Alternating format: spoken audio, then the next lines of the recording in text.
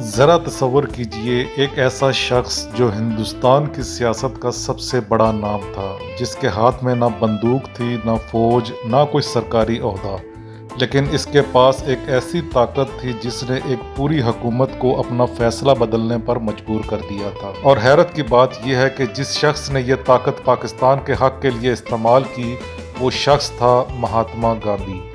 آج پاکستان میں گاندھی کا نام آتے ہی شاید بہت سے لوگ صرف تقسیم ہند اور ہندوستان کی سیاست کو یاد کرتے ہیں، لیکن تاریخ کا ایک ایسا باب بھی ہے جسے اکثر نظر انداز کر دیا جاتا ہے۔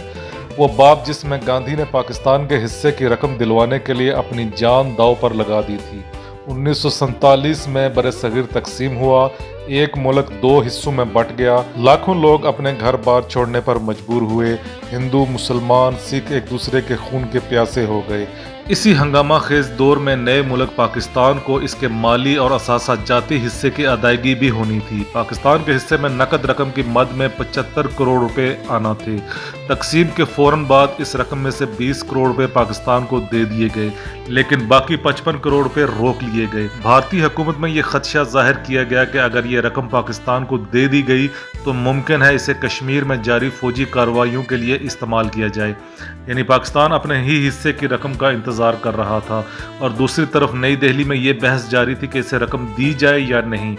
پھر تاریخ نے ایک ایسا موڑ لیا جس نے سب کو حیران کر دیا۔ جنوری 1948 دہلی میں مسلمانوں کے خلاف تشدد، لوٹ مار اور خوف کا ماحول تھا، اور گاندھی نے فیصلہ کیا اب وہ کھانا نہیں کھائیں گے۔ 12 جنوری سے 18 جنوری کے درمیان گاندھی کی آخری بڑی بھوک ہڑتال تاریخ کا حصہ بن گئی۔ ان کے مطالبات میں دہلی کے مسلمانوں کی جان و مال کا تحفظ اور پاکستان کو اس کے واجب حصے کی رقم کی ادائیگی بھی شامل تھی۔ سوچئے، ایک طرف پاکستان اور بھارت کے درمیان شدید کشیدگی تھی، دوسری طرف ایک شخص اپنی جان کو خطرے میں ڈال کر یہ کہہ رہا تھا، اگر انصاف نہیں ہوگا، اگر مسلمانوں کو تحفظ نہیں ملے گا، اگر پاکستان کو اس کے حق کا پیسہ نہیں دیا جائے گا تو میں کھانا نہیں کھاؤں گا۔ اور پھر وہ ہوا جس نے اس واقعے کو تاریخ میں ہمیشہ کے لیے لکھ دیا۔ 15 جنوری 1948 کو بھارتی حکومت نے پاکستان کی باقی 55 کروڑ روپے دینے کا فیصلہ کیا۔ گاندھی کی بھوک ہڑتال ابھی ختم نہیں ہوئی تھی، کیونکہ ان کے لیے مسئلہ صرف پیسے کا نہیں تھا، مسئلہ یہ تھا کہ دہلی میں مسلمان خود کو محفوظ سمجھیں۔ بالآخر ہندو، مسلمان اور سکھ رہنماؤں نے ایک معاہدہ کیا اور دہلی میں مسلمان کے جان و مال کے تحفظ کی یقین دہانی کرائی۔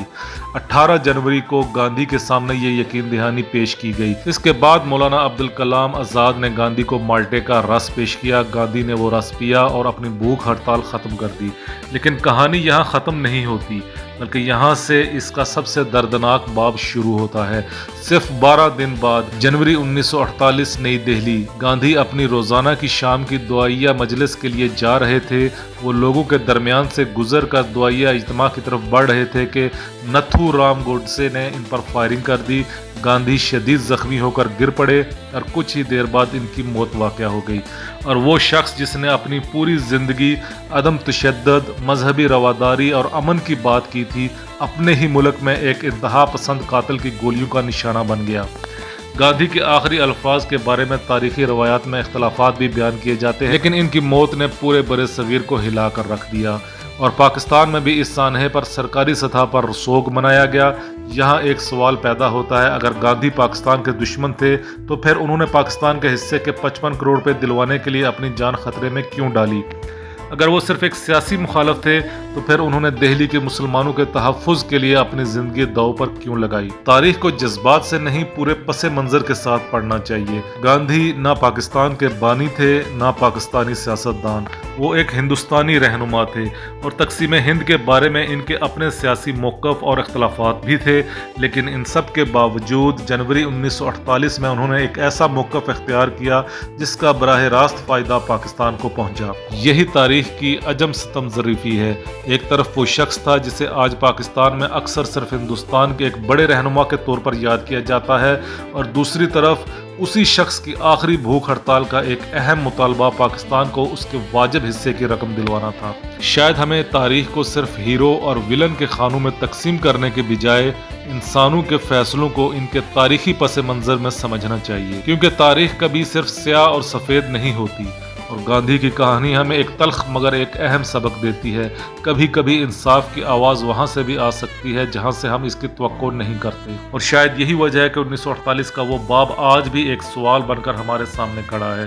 جس شخص نے پاکستان کے حصے کے 55 کروڑ روپے کی ادائیگی کے لیے اپنی جان داؤ پر لگا دی، کیا پاکستان نے اسے واقعی تاریخ میں وہ جگہ دی جس کا وہ حقدار تھا؟